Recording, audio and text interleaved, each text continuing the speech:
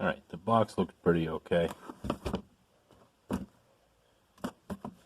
Except for that. Trials and tribulations of shipping, I guess.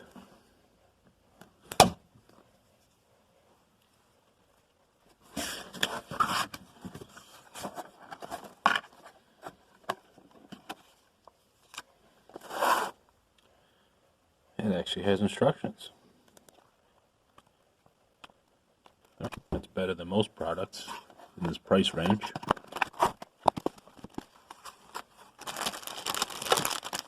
Suction cup.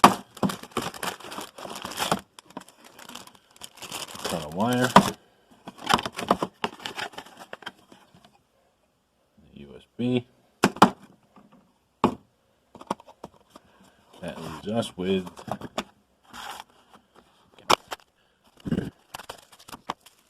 pretty small.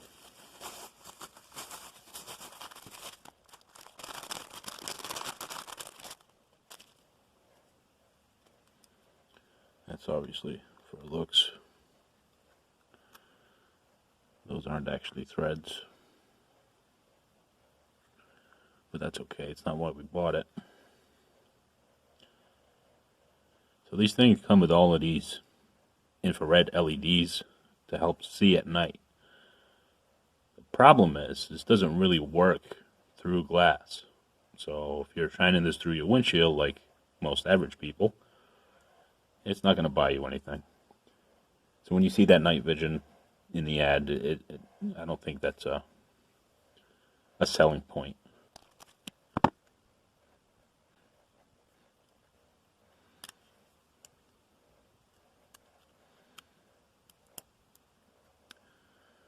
Clips in. It doesn't just slide in like some of the cheaper products.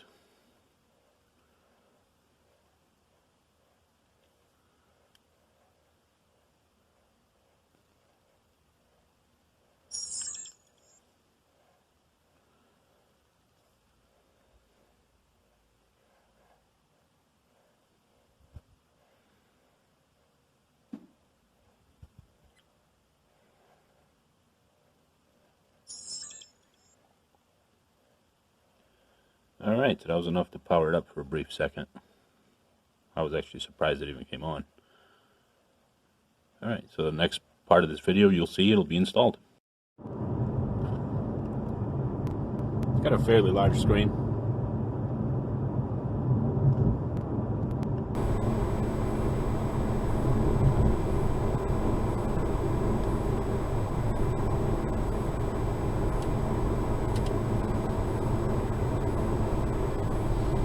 So just for comparison, I'll be including video from a $200 Vantrue N2 Pro dash camera.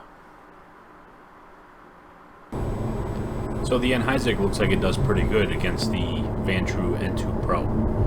The only difference I can see is the way that Vantrue handles the sun versus the Ainhyzic.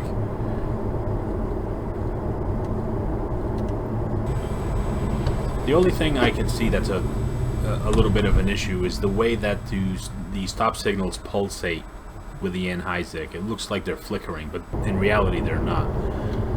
When you look at the Vantrue, you will see that that doesn't happen. So something in the refresh rate of the Ainhyzic is causing that to happen. The other thing is the Ainhyzic seems to wash out the colors in like a yellowish tint. You can see here the colors.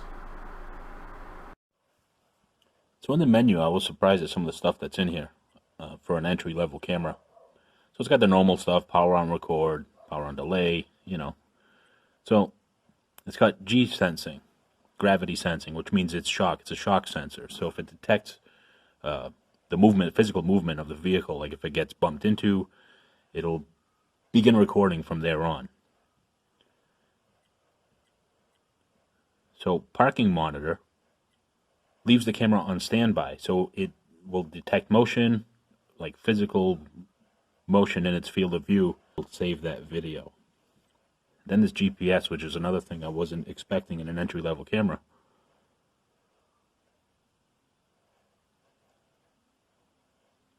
When out on the road, I didn't see anything showing that this was actually doing anything. It wasn't displaying miles per hour or coordinates or anything like that. So we'll see in post if it is recording. Suction cup test.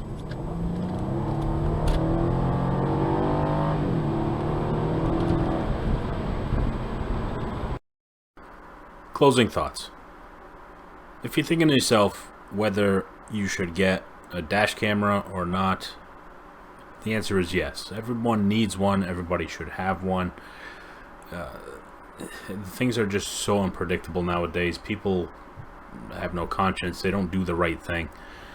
And you don't want to be left holding the bag on some serious damage, or even some minor damage in the parking lot or at work or at the grocery store. You might be able to recover some of the damages that are done to your vehicle. I mean, it's one of the most expensive investments that we make.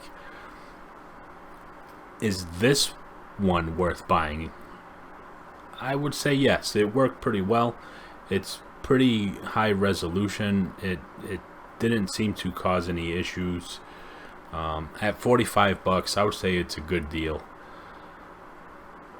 If you can't afford that, there are other options. I mean, even using your cell phone with a dash camera app is better than nothing. But at least get the best one you can afford. Thank you.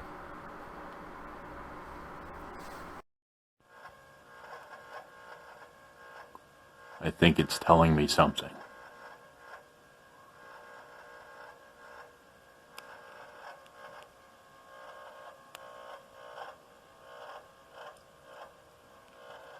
I think it's telling me something.